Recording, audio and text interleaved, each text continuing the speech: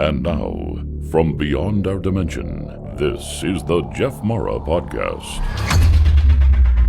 Here's Jeff. Today's guest is Dr. Michael Lennox, psychologist, astrologer, YouTuber, and dream expert. Dr. Lennox has a master's and a doctorate in psychology. He's the author of 3 books on dreams, and he leads classes, workshops, and retreats all over the U.S. Dr. Lennox, thank you so much for being my guest today, and welcome. Thank you. Thank you for having me. Let's start here. Can people be visited by other people on the other side during their dreams? Absolutely.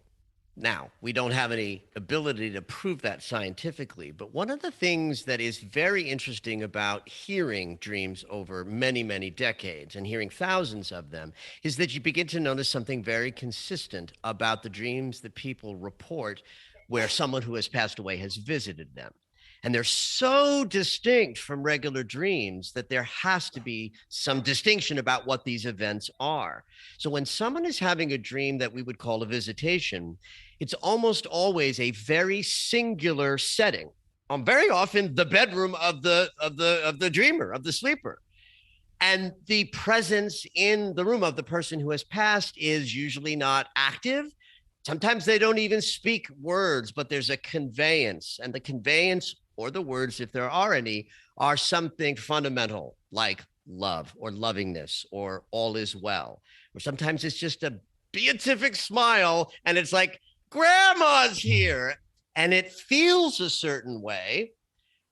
And the reportage of this is this singular kind of scenario where dreams are chaotic and crazy. So I distinguish them on that level from each other, that the chaotic dream and a visitation dream. The other thing that's impossible not to notice, Jeffrey, over the years is watching people talk about how such a dream impacted them. Very often, these visitation dreams are so profound that the dreamer is transformed. They get a sense of connection that before that moment, they didn't quite have the sensation of either belief or even just the experience to have the sense of belief in that possibility. That means to me more than anything else, that when people say they were transformed by an experience, it has to have more juice. Otherwise, why would it be so transformative for the dreamer? Can we astral travel or have an out-of-body experience while dreaming? You know, I would say this, that what is happening in sleep is the body is experiencing its sort of version of, symbolic death. Right? In fact, in REM sleep, where we're most activated in the brain, the body is paralyzed. Like cannot move, partly for safety, because we would act out all of those impulses right. That the frontal cortex is sort of, So being somebody who has had a lifelong meditation practice and done thousands of hours of, clearing trauma, self-investigation, enough to sort of have a nice, clean and clear instrument, I certainly know that it's possible to have experiences that are, in fact, out of the body. And the only thing that inhibits that perception is our thinking mind, the rational mind that either can't believe it or it has thoughts of doubt and is not the area of the consciousness that's having that experience. It's the area that's narrating the experience. So the narrator is always going to say, is this real? But that narrator is asleep when we are sleeping. That separation mechanism that looks at everything and says something to you about it is not conscious. And so we are free energetically to have experiences. And again, the reportage piece, Jeffrey, if I hear enough people telling me stories of having nighttime experiences where it was not like a dream, but actually like they felt like they were leaving their body and seeing remotely other visages, then I have to put those things together. Even though I haven't had phenomenal out-of-body experiences in an astral way, that experience is, has eluded me. But I've heard enough to answer equivocally, and certainly to your audience. Yeah, of course, man. It's the best place to have every intuitive, magical, mystical human experience, because that thinking mind that negates is asleep. Do you think that their consciousness is leaving the body and going somewhere, or they're in a realm of like, once their body is paralyzed in sleep, they just kind of enter another dimension? I love this question. I will tell you that just you asking that question makes my like energetic sense of channeling wisdom spin. And what the answer that floods into me as you ask the question is we're already connected. We are already there. We are already in a multidimensional experience right here, right now. We cannot perceive that, but it's happening because we are multidimensional beings. So if that feels profoundly true to me and in an embodied way, that it has to be that we don't leave our bodies, we just open up to the multidimensional consciousness that we're actually already connected to. We just remove the blinders to it. What about sleep paralysis? Because a lot of people have it, and I think they get even PTSD from it. They don't know how to handle it. Yeah. What kind of advice would you give those people? Well, I will say this. The people who are experiencing this as a bona fide sort of sleep, challenge, it's brutal. It's brutal. So let me just talk first about what it is. Mm-hmm. And then I'd love to talk about the mystical components to this, because the hypnagogic or the hypnopompic state, which is this state, I think is a profoundly mystical state. And so the fear that comes is partially because of a physiological thing. So here we go. The brain must paralyze the body just before REM starts and just after REM ends, so that while REM sleep arrives and the neofrontal cortex is just like lighting up because we are recalling everything we did that day. Because while we're in that state, the mind is, in fact, looking at all of the data, discarding some of it, turning some of it into short-term memory. That's happening in REM. And so if the body didn't paralyze itself, if the brain did not paralyze the body, we would move about. In fact, somnambulism, sleepwalking, is that. The paralysis is not strong enough to keep the cortex firing from moving the body, right? So that's what that is. So in the natural order of things, the paralysis comes in, the sleep gates open up, the sleep gates close, paralysis ends, you wake up, all is well. Sometimes, though, you begin to wake up before the paralysis ends. And now you're in this liminal space. You'll feel like you're asleep and dreaming, and you'll sort of feel like you're awake and conscious, both. You almost always will be, I air quote this, dreaming that you're in bed. Now, imagine the perception capacity, right? Go back to our earlier conversation for a moment. The waking mind that inhibits these energetic perceptions is mostly asleep. Mostly is key here, but it's asleep enough to allow for in the room perceptions of our multidimensional consciousness. And I believe that makes this an incredible state of availability to these perceptions that are just mind-blowing and profound. But your body is paralyzed. You cannot move, but you're not awake going, oh my God, I can't move. You're half asleep. You're half awake. You can't move. You feel these sensations in the room like beings or entities or other, because the perception is opened up and you can't move because you're paralyzed. I believe that the boogeyman consciousness is more that the body is paralyzed and people collapse the multidimensional sensitivity with nefarious danger because they can't breathe, they can't move. It feels like someone is sitting on their chest. So if I had a feeling that someone was sitting on my chest but could perceive multidimensional beings, I'm going to put those two things together, and now there's a succubus. Now, is there not? I like to believe that there isn't, that these dark qualities don't exist. That might be my either naivete or wish. But I do believe that the the perception is mystical and multidimensional. And I also believe this fearful, I can't move experience can be transcended. I knew a guy who did this.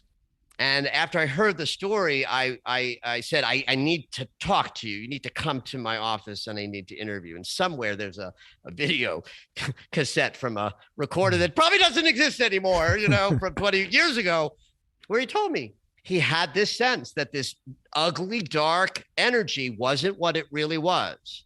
So what he did was forced himself in those terrified moments to just relax, surrender, breathe, chill, not fight against it.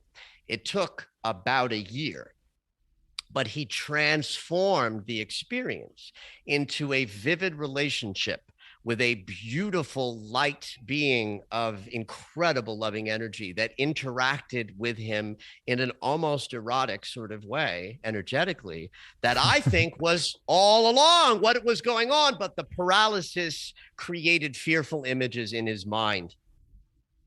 And so the night terror at the highest level of this as a sleep disorder is just so brutal and so frightening. And so frequent for the dreamer. If this happens on a regular basis, it's exhausting and brutal. And it can generate PTSD and other anxiety responses, including the responses that happen when sleep is interrupted and you live in a body that has never really experienced the deep sleep that is necessary for our health. It can be brutal. I think it's a profoundly misunderstood state. Isn't a night terror kind of a little bit of the opposite, where they're almost sleepwalking? And they're kind of sleepwalking, but they'll get up and walk around, but they're kind of still in the dream and half out of the dream, and they're kind of confusing reality with that. No? Well, no. I mean, from an academic perspective, a night terror is paralysis. Okay. Sleep paralysis, night terrors are synonymous. And if you went to a sleep lab and asked, inquired about this, it would be sleep paralysis, night terror, same thing. I'm not sure what you're referring to, but if someone is moving about, they're not paralyzed, so they're not having a terror of paralysis. They might have some confusion about where their body is. Can sleepwalking become something that's terrifying? There's a lot of, I don't know what the word would be, atypical human experiences that tend to be stasis oriented, but the fearful observer will get worried. Meaning a sleepwalker sleepwalks the way they sleepwalk. Like they'll have a style, right? It's unlikely to accelerate. Now in the movie version of it, the sleepwalker walks off the cliff in the third act, right? Yeah. But in real life, it's like if you go to the cabinet and open it up and then you go back to bed, that's about where it's going to go. If your sleepwalking is a little more agitated, that's your, sort of sleepwalking milieu.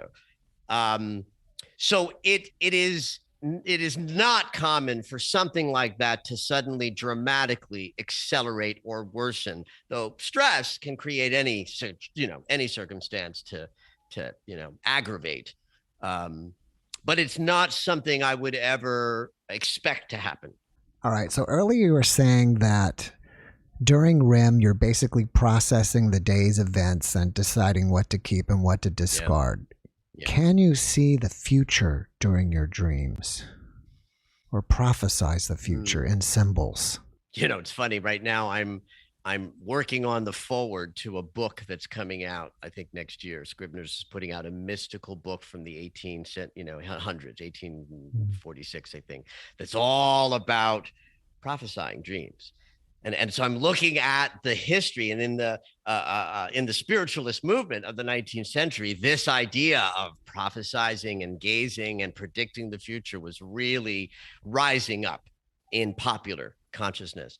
My experience of precognitive dreaming and hearing this experience reported has been interesting, because I've been talking to people about their dreams since I was a teenager, and I'm 58. So that's 40 years of talking to people about their dreams. And I had an experience of the level of precognitive dreams, how many I would meet, how many stories would I hear over the course of a year and it was I don't know if rare would be the right word, but like 20 years ago, it was rare for me to hear about, oh, I precognitively dream.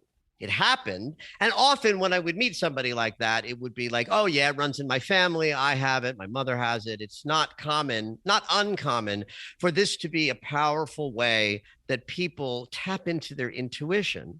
And again, I think it connects back to the waking mind that is not intuitive is asleep. So the dimensionality that opens up during sleep and dreams allows, I think, the psyche to transcend time, because the idea might be, fourth dimensional consciousness is where time goes in both directions, that we're in three-dimensional consciousness. Our God consciousness is 5D, but 4D is where we go in between that allows us to move forward and backwards in what we call time. That's what an intuitive does. A psychic taps up into that information so they can see backwards and forwards. And so certainly in the dream state, when we are free to do this, that's what's happening. And so I used to hear this only as, yeah, it runs in my family and it happens all the time. And here's what I do with it. And somewhere around 2011, which by the way, as an astrologer, I will tell you, when the planet that rules dreams, Neptune, moved into his ruling sign of Pisces, the sign that rules dreams, it was kind of crazy. Now, suddenly, people are telling me all the time they're having precognitive dreams. And it's now, if I go into a room and do a dream circle or a workshop somewhere, and there are a bunch of people in it, several of them will report having dreams of events, of things to come. Sometimes it's as simple as having a dream of a scenario, and then a week later being in that scenario. I don't know why this example strikes me. It's still stuck in my mind. Someone once told me, oh, yes, I had a dream of sitting in a circle. And 5 days later, I was sitting in a circle of people. I was like, oh, my God, I dreamed this. Right. So I think the experience of precognitive dreaming can happen at a high sophisticated level with more information sort of revealed that's of stuff that has not yet come. But I think it's happening for more and more and more people in a more pedestrian way in these subtle but intuitive, remarkable moments. And why not? I believe in everything that's mystical about us is much, much, much more available to us when we're sleeping. I recently had a near-death experiencer guest. He was from Zambia, my first guest from there. And wow. He told me that he had a dream. He saw a black mamba snake in the dream. And I guess this is what they do culturally, that a dream affected him enough where he decided to fast for several days. And then about a week later, he somehow fell into some sickness where he, I guess, basically died and had an NDE and then eventually came back. I love that. What a glorious way that all of his psyche just sort of collided in. I think it would be superstitious to say the dream caused this. Right. That's where we get into old sort of superstitious cultural perspectives of dreams. The dream of the snake caused this event. It's like, but I believe in consciousness unfolding, which means that everything is happening at the same time and everything is reflecting everything else. So the disease, the NDE, the fact that he would survive is the thing that's coming over the horizon. And the dream is like the first peak of the wave. Mm. And so clearly this is someone who's more deeply attuned and more broadly connected to the whatever his multidimensional access is. Mm. And the wave he rode that maybe took 3 weeks to play out or however long, the first hint of it showed up in his psyche through the dream. And snakes, of course, are the symbol in dream consciousness of great change and transformation. Because they shed their skins. We have this, every third grader in the world learns that snakes shed their skin. right? So that idea as a symbol means the growth is happening underneath the surface, behind the scenes, and that when it's ready to come, the new transformation has arrived, the old skin dies, falls off, and, goes away. And so that's a perfect symbol for change and transformation. If it was a black snake, and I'm assuming it would some sort of a potentially poisonous. I didn't know. Let's just, for the sake of the fantasy, it's a poisonous snake, which then means death is akin to the change and transformation that the snake represents, because in fact, this is indeed a black snake and perhaps dangerous. While we're on symbols, can you give us a few other symbols that are common and what they mean? Well, there's certainly the falling, flying thing, which is one of the biggest two, that are in the top, 5 or 6 symbols, I think are interesting because we are born into gravity. And gravity is the sort of law of this dimension, of the third dimension. And if I got my quantum physics right, not a law in other dimensions. We are the dimension of gravity. So our bodies are in gravity, but our psyches, our souls, our etheric bodies are not. And gravity weighs us down. Of course, it's what keeps us here, and that's a good thing. But now we're in dreamland. So now we have to symbolize things. We have to interpret. We can't just say gravity is a law that keeps us tethered to the earth. What is then gravity? What could gravity mean symbolically? And maybe because I'm a psychologist and I'm interested in people's insides, I think of gravity as that which holds us down, that which weighs us down. Maybe shame is a good one. Human beings are riddled with shame, and shame is added on and it weighs us down. So dreams of flying, I think, are moments of aspiration because we are free of all that might weigh us down. Shame, anxiety, self-doubt, other people, dramatic situations, and we fly and rise above it. We're dreaming of that nothing's really impacting our true nature, that we can rise above, right? Falling is interesting because we're born into gravity. Therefore, we have one built-in sort of fearful danger, the danger of falling. Falling can kill us. And so in fact, I like to say it's the only fear that's pre-installed is falling. And loud noises. But I think that's because you might fall after you hear a loud noise. I don't know. At any rate, other fears we add into the process. Our humanity creates that there are, traumas and challenges with being human and interacting with people and families. But we are, truly not that. And we can rise above that in the flying dream, or when we're in a falling dream, now we're in the sort of the opposite of the impact of gravity, the fact that we are not in control of stuff in the way that we have the illusion of control. And falling isn't really so much about the fall, it's about the fear of the sudden stop. Falling's fine. If you just keep falling infinitely, yay, you're moving. It's where you stop and how you stop that's dangerous, right? Yeah. So then the emotional symbolism there is I'm not in control. So I'm frightened about where I'm going to land.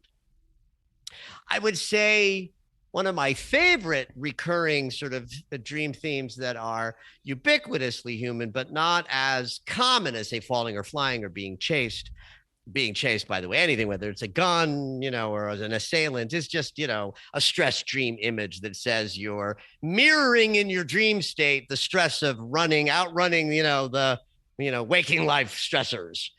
Right. Pretty straightforward there. But teeth falling out. I had that dream for 10 years in my mid-20s to my early 30s. But think about teeth. What do they do for us? One is they aid in sustenance and self-care, right? We process our food. So there's a connection of teeth and self-nurturance. We attract love with our teeth. We reveal them in a smile, and other people smile, and we connect. And we spread the love through smile, right? Even we're not really snarling anymore as human animals, but we certainly do. The animal kingdom reveals teeth in an aggressive way to protect yourself.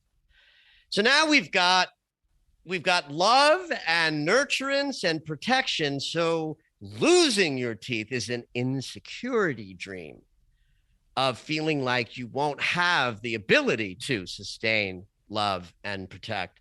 And of course, because the teeth are located in the mouth, communication is almost always part and parcel to such a dream, where issues of communication might be what sparked the dream. Challenges in finding your voice, or challenges in being taken seriously, what might show up as teeth falling out dreams. Sometimes I'll have dreams where there'll be people in my dream I don't recall ever meeting. Is my brain just manufacturing that, or is it I saw someone the day and I just didn't pay attention to them? Yeah, this is where me as half scientist, half mystic, will dip my toe out of science and into mysticism, because the scientists will say, no, random brain firing, images, blah, blah, blah, blah, blah. Yeah, I call bullshit. No, I don't believe that, because I believe in the possibility of this crazy way that I know we're all connected. I know it because I live it. I've devoted my life to opening this instrument up, my body, to have the most profound experience of what a body can do. Right. So in that regard, I believe this notion that the dream state is wildly more profound than we can possibly imagine or know. Maybe not imagine. I think, your audience is probably good at imagining all of the possibilities of the mystical implications of dreaming. So yeah, I do just believe that everything mystical is possible in this dream state. So why not then are the people you're meeting in the dream people who exist?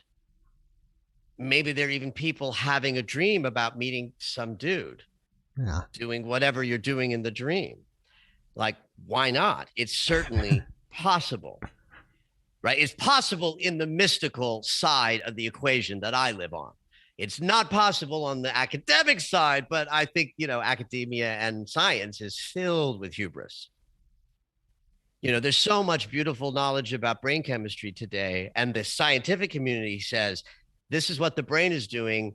Therefore, there is no God. Therefore, there is no mystical dream. Therefore, there is no numinous connection. It's like, dude, you just proved that there is. And now you're showing us what the brain is doing while it's happening.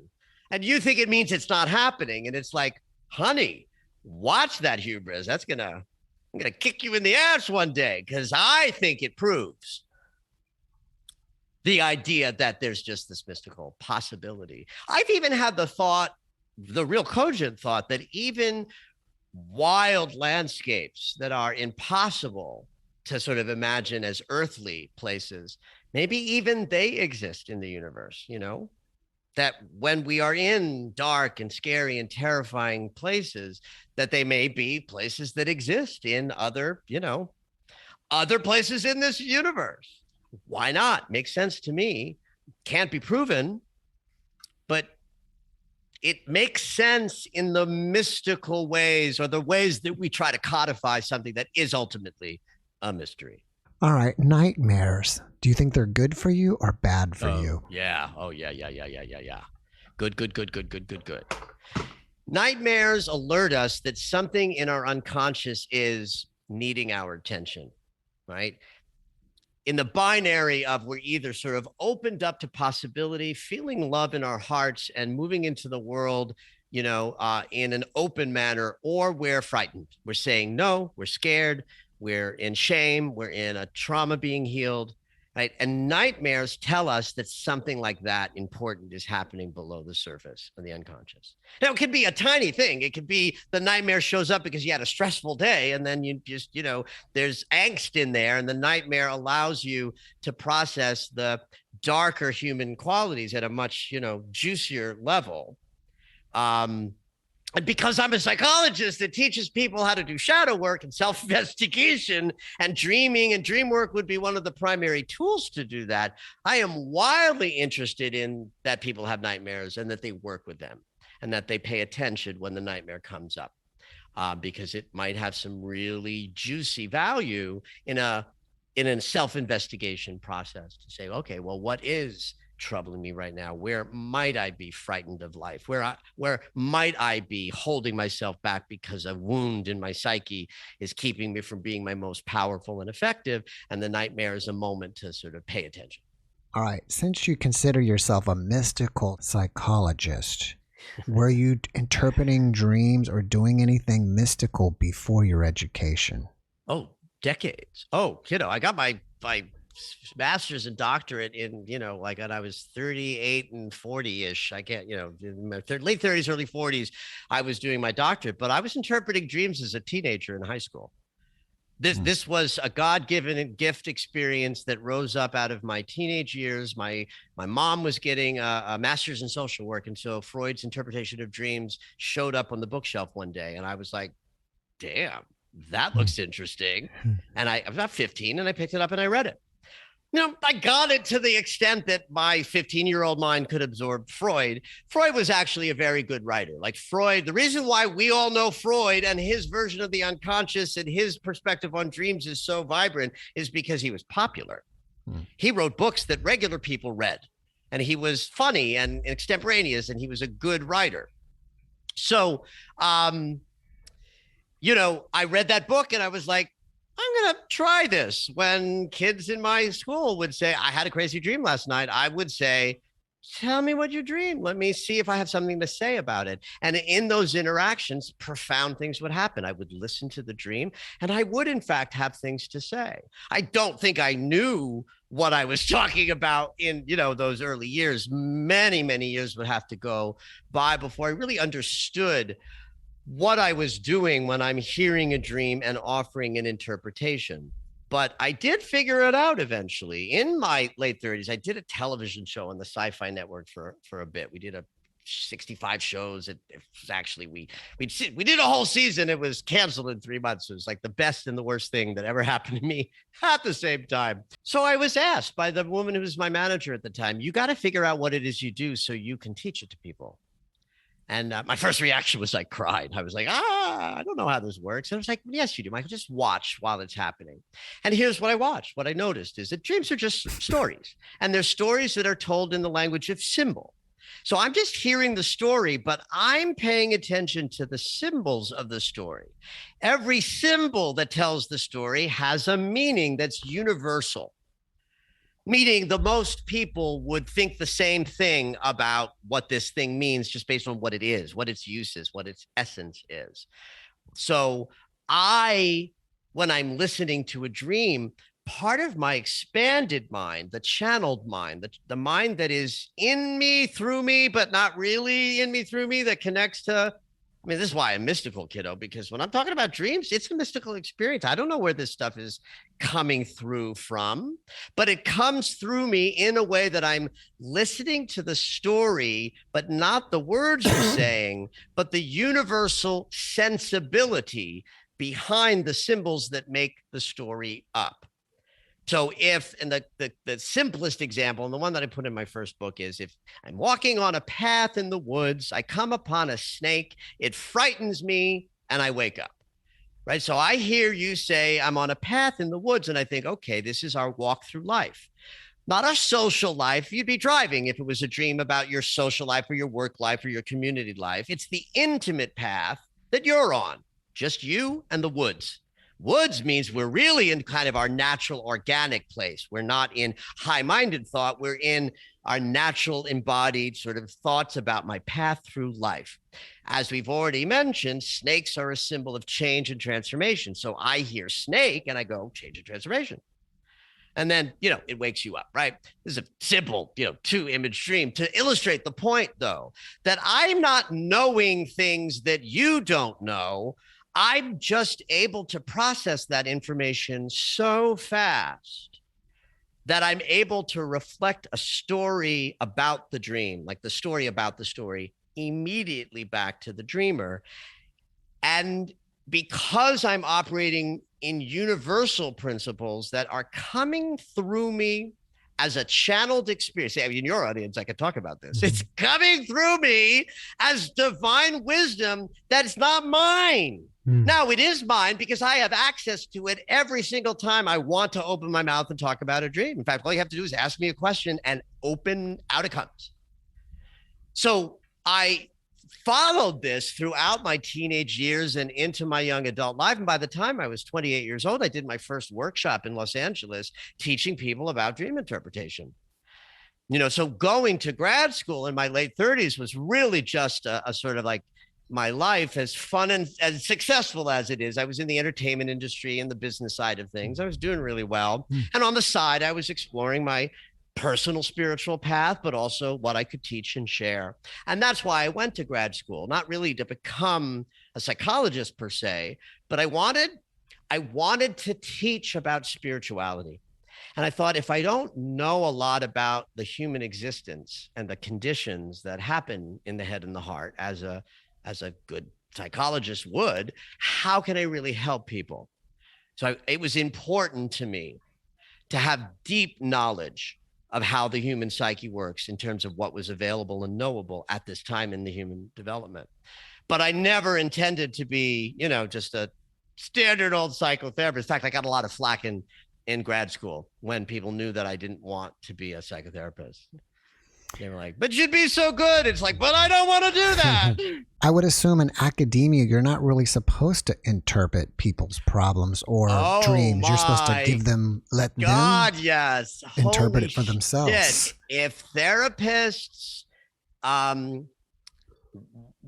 watch what I do when I'm working, they'd be horrified. And they might say, oh, you should never tell someone what their dream means. And I would say to them, you're right.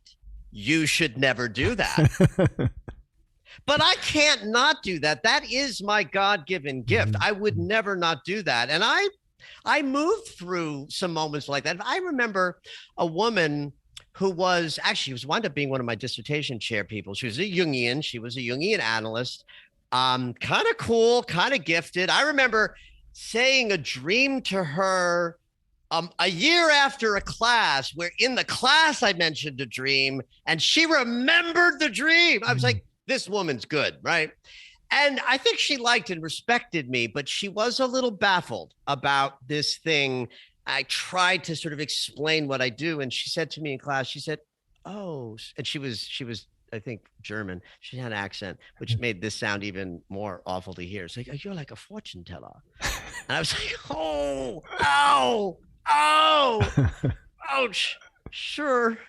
So yes, it is accurate that no one should really tell someone else what their dream means, because dreams are sacred, they're intimate, they happen inside of somebody. And really what a therapist should do is just create a space and sort of tip little ideas in, keep the conversation going, and get the dreamer to perseverate and make associations. And that's what would happen in a therapist's office if the therapist had, the desire to do dream work. And yeah, most people should not do what I do because they will project. It's one of the things about having a gift that comes to me through a kind of channeling of divine wisdom that gets operated the instant I am asked a question about a dream. And so the words that come through me are not coming through my personal funnel, where if you have a dream about your mother, that I'm going to interpret it based on my relationship with my mother, which I used to see all the time. I could see this at 25, sitting in dream interpretation workshops where I knew I wasn't projecting like this, and I watched it happen. It's like, oh my God, she's projecting. Oh my God, he's projecting. And I don't do that because it's channeled wisdom. So my personal associations are not even in the mix. One of the things that is a challenge for me when I'm doing workshops or teaching or even guesting like this, especially if it's a show where I work with callers, right? And people hear what I do, I don't want anyone to ever think that what I do is good dream work for you, because it's not, unless you're having a session with me. And then the session is part of your divine unfolding. And then my interpretation is perfect for you because your psyche attracted me to share my gift with you. Right? So I believe in that consciousness unfolding. No dreamer didn't have me in front of them if I wasn't the one who was supposed to deliver some information to them. And I trust that as well. I completely get that. I'm sure the American Psychological Association wouldn't want you to accept patients in that way, but oh God, yeah. Listen, there was a woman who knew what I did, was involved in the International Association for the Study of Dreaming. And based on her knowledge of me and her collegial sensibility, she invited me to do a workshop at this. And I was going to do a workshop on teaching therapists how to be more engaged in dream work from this universal perspective. Not to do what I do, but to not just say, and what do you think that means, right? By teaching therapists that they could consider the universal meaning behind an image that might come up and help. I mean, I thought it was a brilliant idea for a class, and so did she. Then 4 weeks later, I get a hit from some bigger mockety-muck guy who says, in order for me to get this workshop on the gear, I have to present to the committee my academic justification for how I know what is universal and what isn't.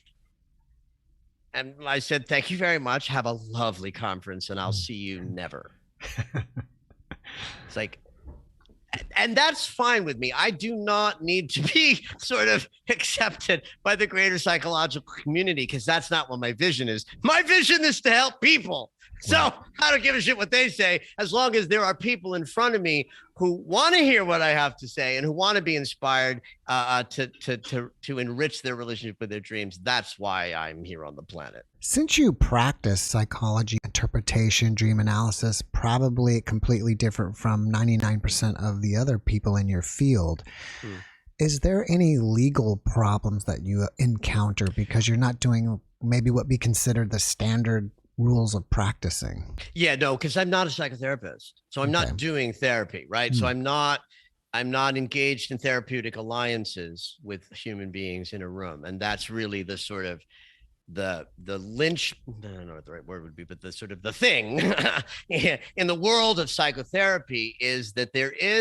does have to be universal protective measures about how therapists work with patients. This is why it's good if your therapist has a degree and maybe even a license, right? And is trained in a way to not bring themselves fully into the room. Like in the older psychodynamic psychotherapy model, that's kind of old-fashioned. The therapist wasn't in the room at all, other than bodily, with an occasional, say more about that and how that make you feel. Now, the value in that is then the patient projects everything onto the blank screen of the therapist, and that's how the work takes place. It takes freaking years.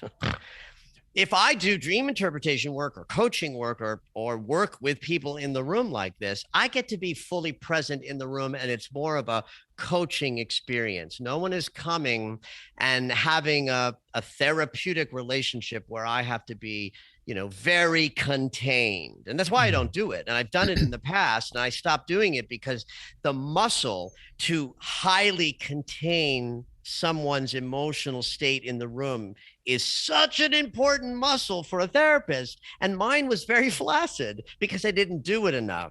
So I stopped doing it because it wasn't a good idea. And when I did, Jeffrey, I practiced. I mean, I was still me, but I was a therapist. I didn't bring the mysticism or the woo-woo into that room. But I want to bring that into all rooms that I'm in. So I don't do that work anymore. And anyone who comes near me is coming for the mystical stuff. All right. Since you have a gift of kind of like channeling or divine channeling, is there something in your life that happened to you that was a catalyst to give you this gift? Like maybe a minor NDE or something that happened to you? Wouldn't that be sexy for you, Jeffrey?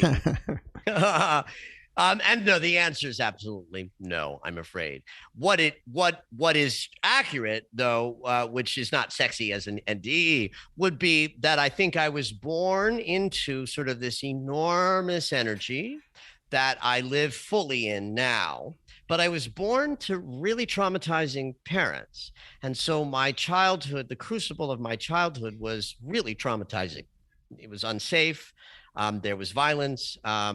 There was, cruelty, verbal cruelty from my dad, and chaos and nuttiness from my mom. And it is accurate that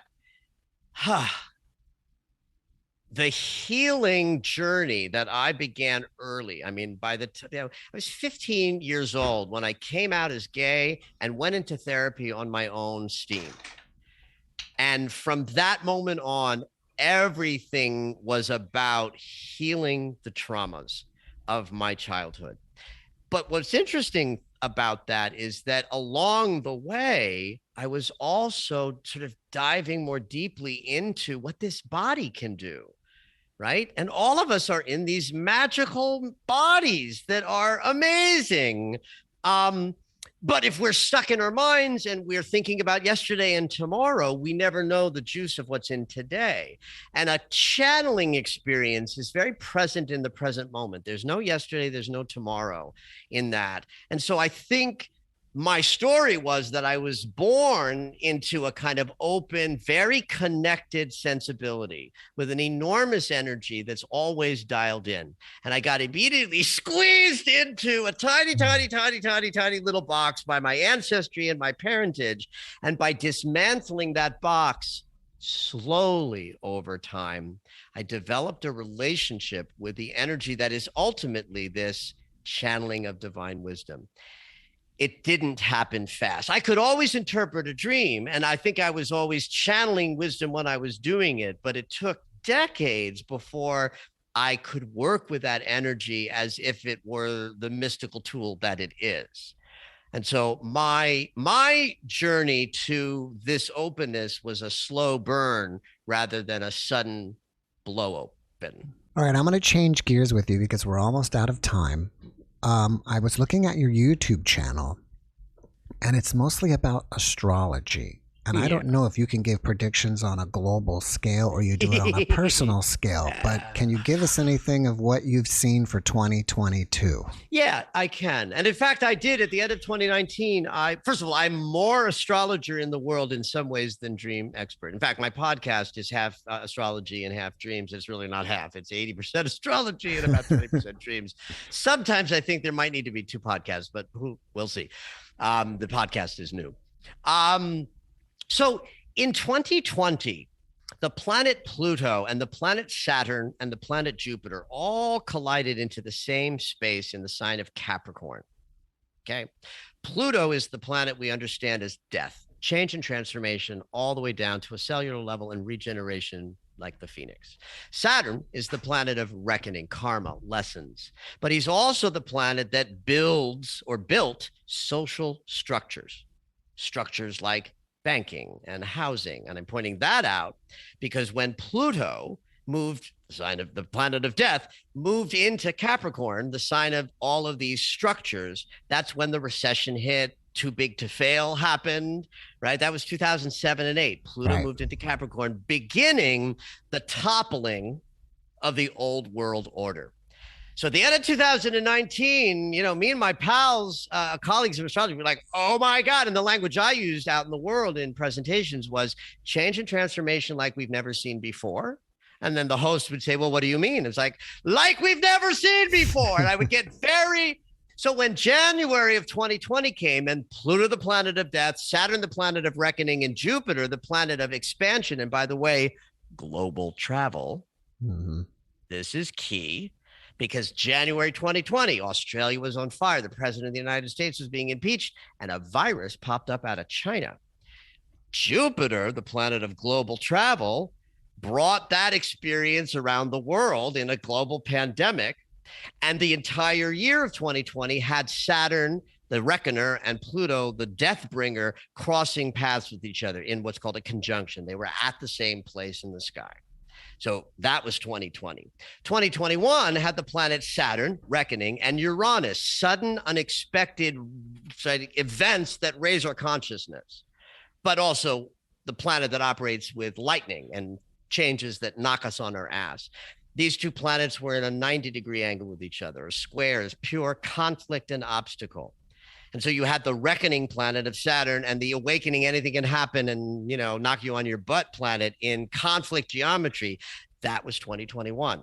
Lots of little unstable changes that weren't cataclysmic like 2020, but consistent and constant, that we were just constantly in more. And that was 2020.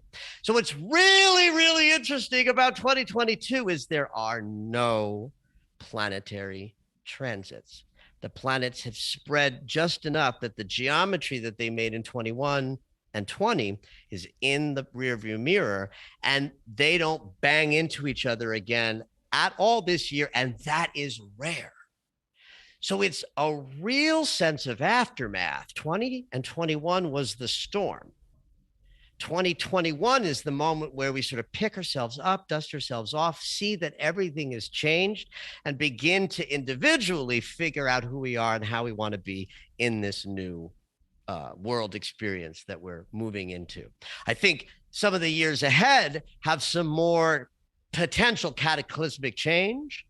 There are planets that are getting ready to change signs, and that always brings a big shift on Earth. And there are several of them happening all at once in like 23, 24, and 25. Those years are going to be intense with events on the planet that reflect big change. In fact, when the planet Neptune moves into Aries in 2025, I think Aries is the sign of aggression and war. And Neptune is the planet of religious ideologies. So I'm a little nervous in the United States when the planet of religious ideology moves into the sign of war, but that's a couple of years ahead. Meanwhile, in 2022, we have some planets, not some, all of the planets, the outer planets, the big ones that make the most sort of social movement happen, are touching what's called the nodes of the moon. The nodes of the moon are points in space that create the eclipses. They have to do with the moon's orbit crossing the paths of the Earth's orbit. And so when the alignment is just right every 6 months, we have an eclipse, right? So those nodes of the moon have a sort of a placement that we would recognize zodiacally.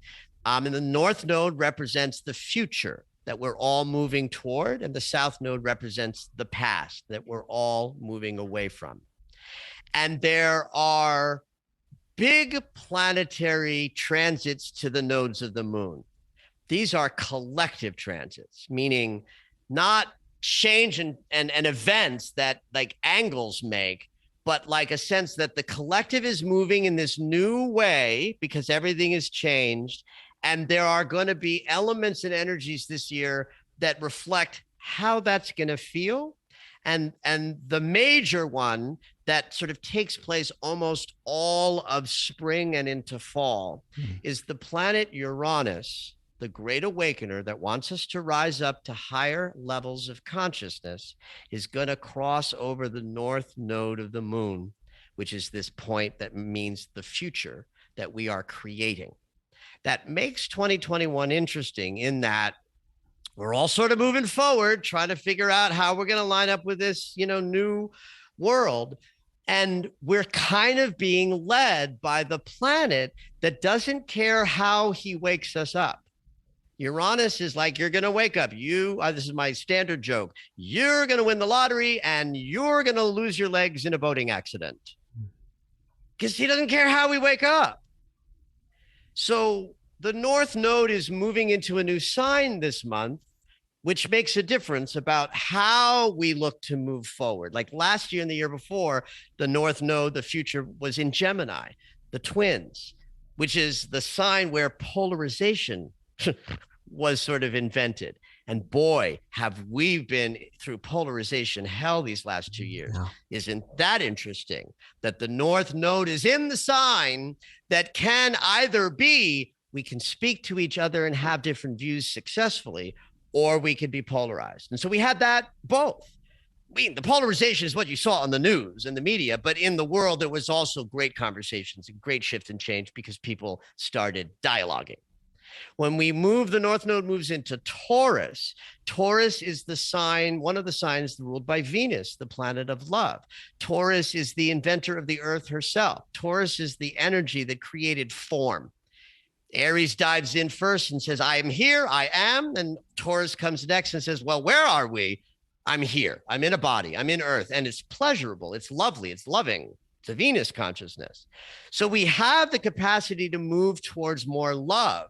But there's always a shadow. What's the shadow of Taurus is immovability, stubbornness, an unwillingness to change or go, right? So we will have an interest. There's also many, many, many other planets that hit the nodes at different times that will reflect how it's going to feel to be alive on the planet next year or this year, I guess. We're in 2022.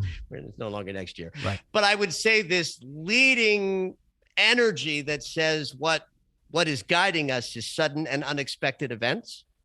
Uranus. I think we can have a lot of sudden and unexpected events that help us line ourselves into what are we going to choose? Are we going to choose love or are we going to choose immobility or immovability? And nothing like the changes and transformations of 2020 or even last year. Thank you for that. And I want to support you. So can you please tell us how to find your podcast, how to find your books, how to find your websites, and all that stuff? You know, it's really simple to go to michaellennox.com because everything is there. michaellennox.com has a page on my podcast, and the podcast can even be listened to on the website, but it's available everywhere podcasts. It comes out every Sunday night at midnight Pacific time, or one of those times. It comes out Sunday night. But I also teach classes in consciousness and self-investigation, expanding your spiritual practice. That's also a tab on the website. I put out a video every morning called Red Robe Astrology on Instagram, Dr. Lennox Dreams, DrLennox Dreams, or you can go to michaellennox.com and find the Instagram button. They're fun because I give, a little minute-long tidbit about what the energy of the day is going to feel like. But that's the best place to sort of reach out and find out about my schedule for astrology readings. You can figure it out on michaellennox.com. It's all there. Also, your books. Can they find them on your website, or yes, they go to they're Amazon? There as well. Or? Yeah, I mean, it's anywhere books are sold. Amazon, Barnes & Noble, your local bookstore. If you have one still alive in your neighborhood, support your local bookseller. But yes, michaellennox.com has links to all three of my dream books. Is there anything else that you're working on that you want us to know about? Well, I'm always teaching classes, and so if you're if how I sound to your audience sounds like that's an interesting person to sit through 4 weeks of self-investigation classes. Other than that, I'm working on so much behind the scenes of just expanding the business. Technically, it's 2022 is going to be sort of standard issue for my, readings and classes. But the behind the scenes growth is, especially with a social media driven and digital technology driven business. Yeah. A lot of work of that nature.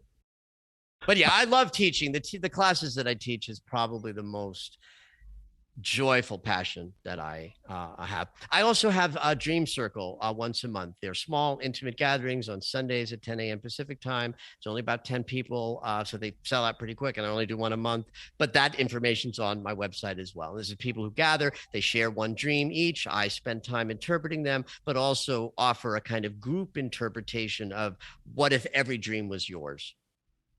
Dream circles are really fun. Wow. Yeah, it sounds cool. All right, Michael. Well, before we finish up, can you leave us with one last positive message? Oh, yes. One is certainly, I think we got this.